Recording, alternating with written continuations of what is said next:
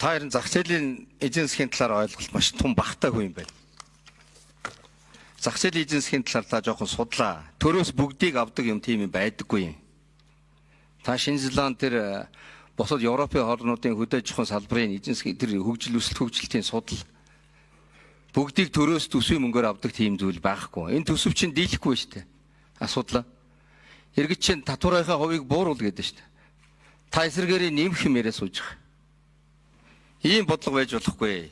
Цагаат хөтөлбөрийг би дэмжиж байгаа. Цагаат хөтөлбөр дээр юу гэж байгаа вэ гэхээр ноолуурын бүрэн боловсруулалтын түвшнийг 20-40% хүртэл нэмэгдүүлээ гэж байгаа. Тэ. Бүгдийг нь хааж агаад бүх ноолуурыг угаа гэсэн тийм юм угааж самна гэсэн тийм юм байхгүй.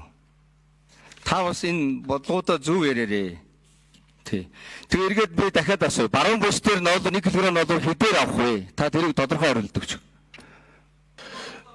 Инквесэд тодорхой асуулт асуулаа шүү дээ. Баруун бүс 1 кг ноолуурыг хэдээр авах вэ? Тодорхой хариулт дээ. Бэсэн дарга би яаж мэдэх вэ?